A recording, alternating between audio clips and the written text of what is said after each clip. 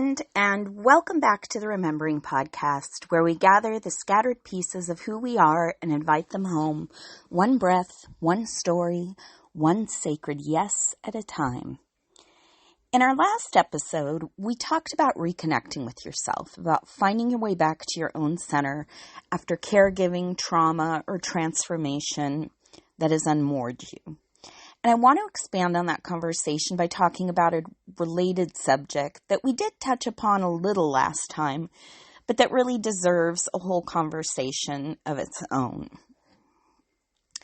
And that subject is identity, right? And not the mask you wear or the title you hold or the role someone assigned you once upon a time, but the truer, deeper living truth of who you are underneath it all, and also of who you want to be, right? The truer, deeper living truth of who you are underneath it all is that there's something about you that is eternal, right? You are a soul living in a body that has to exist here on earth and accumulates different identities. And we need those, right? In order to create the kind of life we want, in order to know who we are, and maybe even for other people to know who we are. But whatever your identity on this earth is, there is something eternal about you, right? There's something undying about you.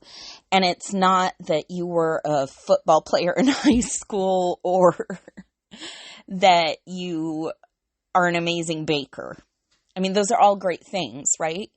But they're not who you are on a soul level. And I think it's who we are on a soul level that drives us to the kind of bigger, purposeful things we do with our lives, like trying to love each other and be kind to each other and to create a better world and those sorts of things, right? Those kind of big picture meta purposes are all, I think, tied to our eternal identity. But we also, right, have to live in this world with kind of earthly identities. And the thing about those is that we actually do have a lot more agency than we sometimes think in choosing them. And so to get our conversation kicked off, I want to talk a little bit about my own experience and specifically when I was a caregiver, right? Because I was a caregiver for my mom for a long time, and I don't at all regret that choice, but it definitely had consequences that lived, longer than she did, and that I'm still trying to heal and navigate even now that she's gone. So I was a caregiver for several years, as I said, and there really was a day where I looked in the mirror and I thought, I don't know this woman. And it wasn't in a dramatic way. It was more like I felt kind of like the ghost of someone who I once was, but that pieces of that person, some of them anyway, were still kind of drifting around my edges. And then there were some of them that were further out and had been pushed away, sometimes because I had outgrown them and sometimes just because I didn't have the luxury of indulging them. And so then, especially when my mom was gone, I didn't really know who I was. I knew what I liked before, and I knew who I was before. And I also knew that there were a lot of pieces of that I didn't want to go back to. And a lot of pieces of that I had forgotten, and a lot of pieces of that just kind of were no longer habit or no longer prioritized just because it wasn't possible, right? It wasn't just that I had changed either, though I did change through it. I genuinely believe it is impossible to go through an experience like that and not emerge changed. I don't think there's like a cosmic finger in the sky pointing at us saying, you get pain, you get to watch a loved one die, you get cancer, you get this horrible thing, you get that horrible thing, as like a lesson to us.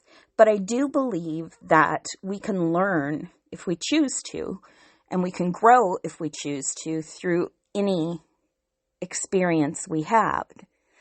And so by the time I was done with my caregiver journey, there were parts of me that really had been defined by pain and by roles that I didn't choose. I chose to be a caregiver, but I didn't necessarily choose some of the roles that were part of that, at least not knowingly, because all I knew when I decided I wanted to take care of my mom and do it at home was that I loved her, that I didn't trust other people to take care of her because I've heard horror stories about things that happen in nursing homes, and that I knew she wanted to be with me and that she kept asking me not to leave her, and that she had a lot of anxiety around that. But the actual day-to-day roles, some of the things I had to do for her, they were not things that I necessarily chose or anticipated. They just became clear as part of what the role of caregiver meant. There were kind of sub-roles within that, right? And there were parts of me, too, that had been defined by stories people told about me. Some of them were very nice, like I was a good daughter and I was a good caregiver. And by stories I told about myself. Those weren't always, some of them were nice, but a lot of them weren't as nice as they could be. They still aren't, right? And we all have that. And so we have this kind of mixture of stories floating around us, some out loud, some in whispers, some that live only in our heads, but they're there, and the stories we tell affect what we believe about ourselves and what we believe about who we are and what we believe about what we're capable of. And that is just the nature of being human. But it's also the nature of grief and caregiving and burnout and living in survival mode for too long that it confuses our identity, right? Even success can confuse identity, especially when you're being praised for something that you never really felt you were, or something you never really felt you did. So today, I want to invite you into a different kind of story. And it's a story that's older than us, but still breathing. One that reminds us that sometimes the parts of us that we hide or that we lose are actually the keys to who we really are, and that there's a deeper truth to identity that we don't talk about often enough. But before we do that, I want to share with you the tale of Tatterhood. And if you are someone who's been around me for any length of time, you've already heard about Tatterhood, and you probably know the story because I've got to admit that I'm kind of obsessed with it. So if this is a repeat for you, I hope you'll forgive me, but I'm telling it because it is such a beautiful illustration of choosing our identity and of our own agency in deciding who we are and what we want to be, and in trying on different identities too. So I'll tell the quick version of it. In this old Norwegian fairy tale, twin princesses are born. One is beautiful and proper, the other is wild and loud. She's anything but the conventional fairy tale princess. She rides a goat and wields a giant wooden spoon for beating up trolls, witches, and really any other monsters that get in her way. She wears tattered clothes and speaks her mind. People think she's pretty strange, and they try to tame her. But Tatterhood isn't a thing to be fixed. She doesn't shrink. She rides into danger.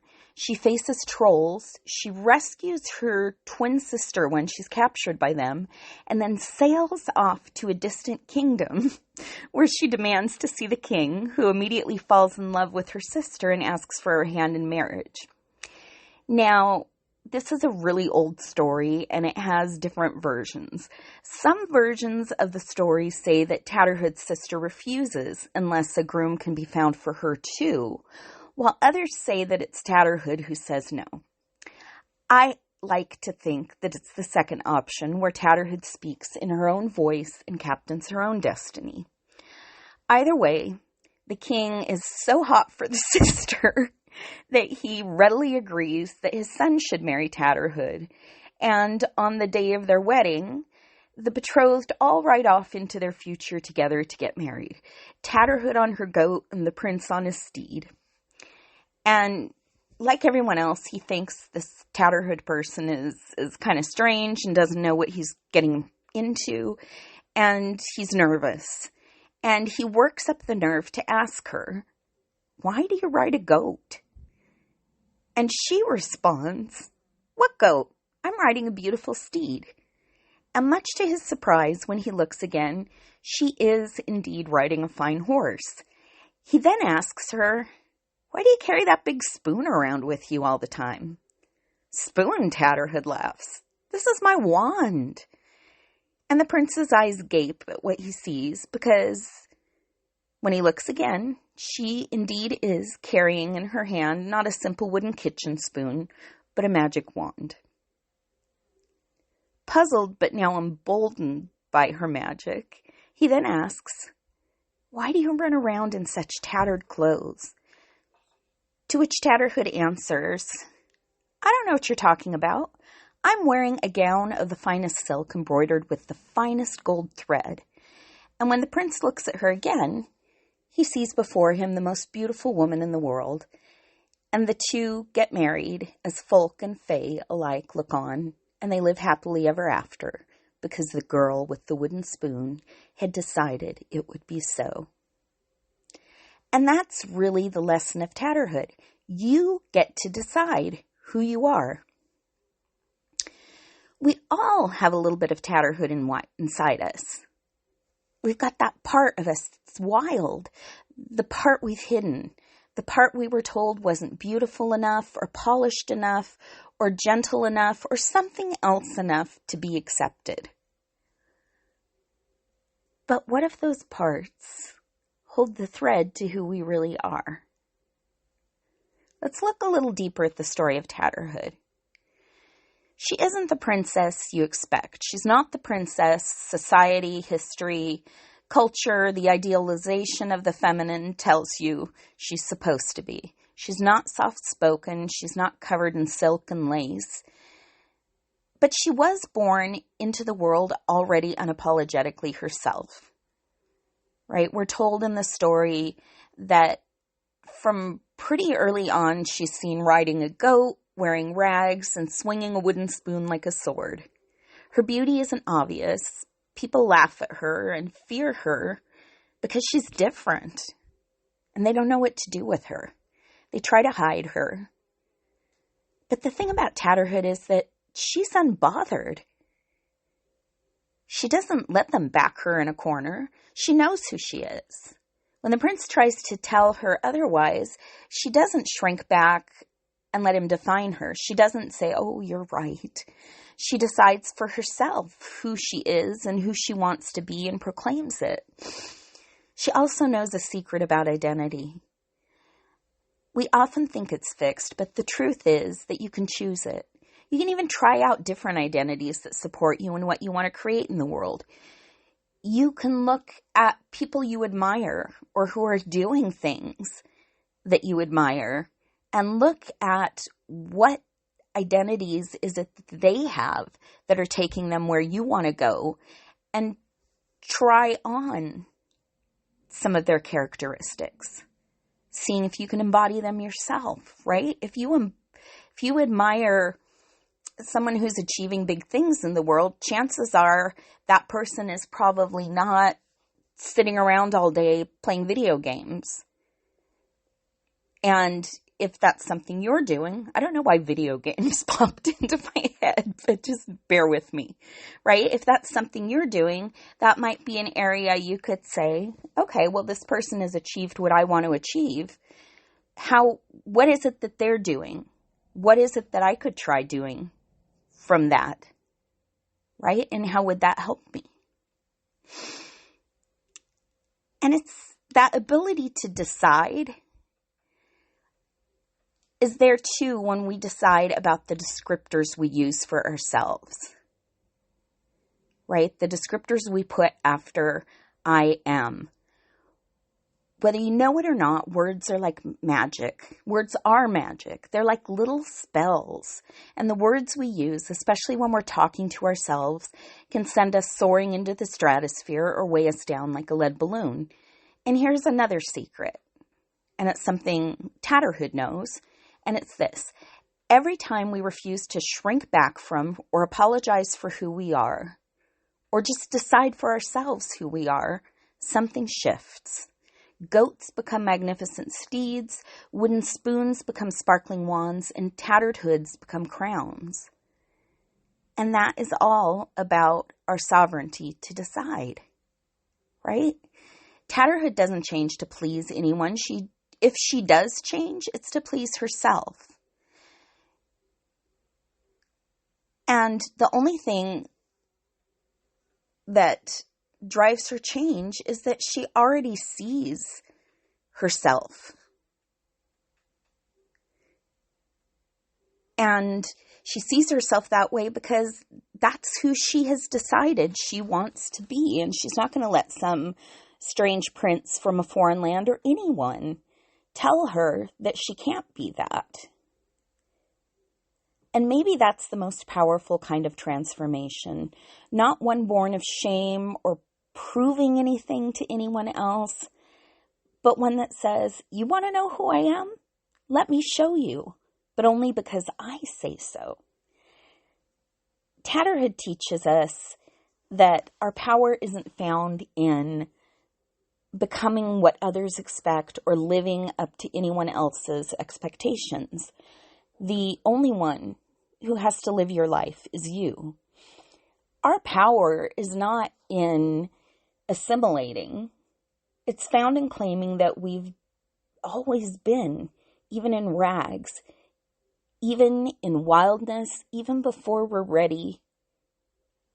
We've been just fine as who we already are. And that we're not something for someone else to fix or for society to tell we need to be a certain way. It's really about what is in our hearts and who we want to be and what we want to create in the world. And there's something I want you to remember, and some of it's going to be a bit of repetition of what we've already talked about, but I'm going to say it again because it's important. The words that follow, I am, may be the most powerful words you will ever speak. Not just because they describe you, but because they define you. And once you get locked into letting them define you, it becomes really hard to change, right? We're able to change when we're open and mutable and allowing ourselves to see possibility and even willing to try something and find that maybe it's not for us or it's not what we thought, and to go back and try something else. When you use the words I am to say something like I am tired, it's not just a mood, it's a claim. It's a claim about your energy and about who you are. When you say I am broken, you may forget that brokenness is a moment, not a name or a life sentence. And when you say I am not enough, you're not stating a fear, or you're not just stating a fear. You're also building a cage that keeps you locked in. So today I want you to look at the I am statements you've been carrying, especially the ones born of shadow. I'm too much. I'm a failure. I am unlovable. I am fill in whatever shadow identity it is that you have and are allowing to affect how you navigate your way through life. And I want you to look at them and ask yourself, are they true? Who told you they were?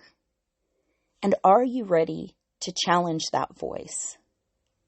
Because here's another truth. You are not your mistakes. You are not your suffering.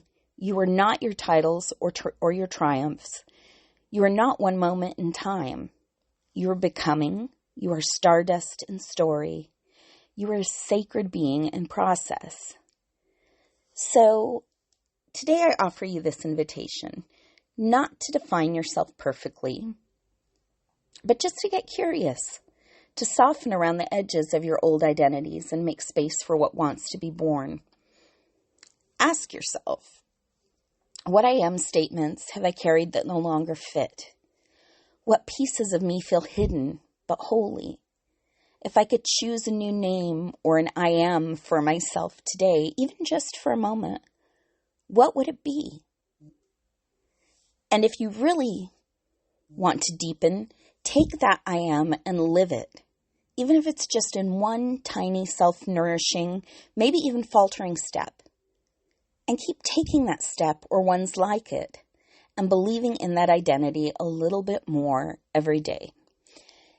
Here's something I learned in another life. I've had a lot of them in this lifetime.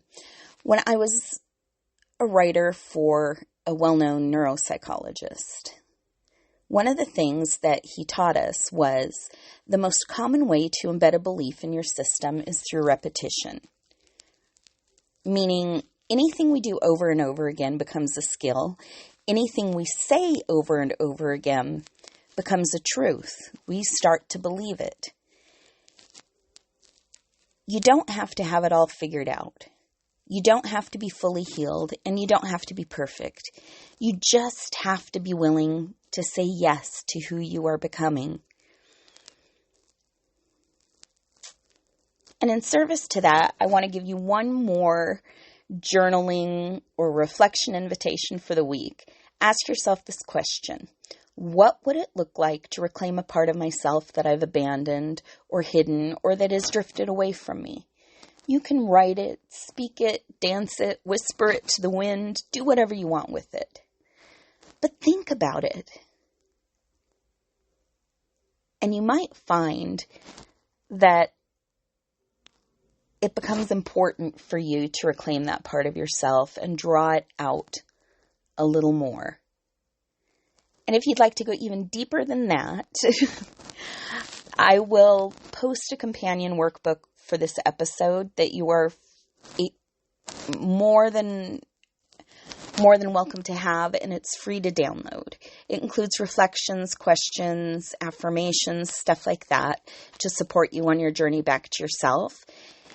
You'll find it in the link to the show notes on YouTube, which my YouTube is Martina Rutledge, or by following me on Facebook. Again, just look for Martina Rutledge. If you see a lot of posts about dogs, remembering, magic, trying to convert to veganism, and trying your best to walk softly and in a loving way on this earth, you're in the right place. And you're in the right place here listening to. Thank you for being here with me in this sacred pause. And remember, you are not what you've lost. You are not your most painful moments. You are what you choose to remember. And remember, too, while we're talking about remembering, no matter what anybody else tells you, you do get to choose. You are not what the world calls you. You are what you choose to call yourself. And I hope you choose something beautiful. Until next time, I'll meet you in the space between the stories.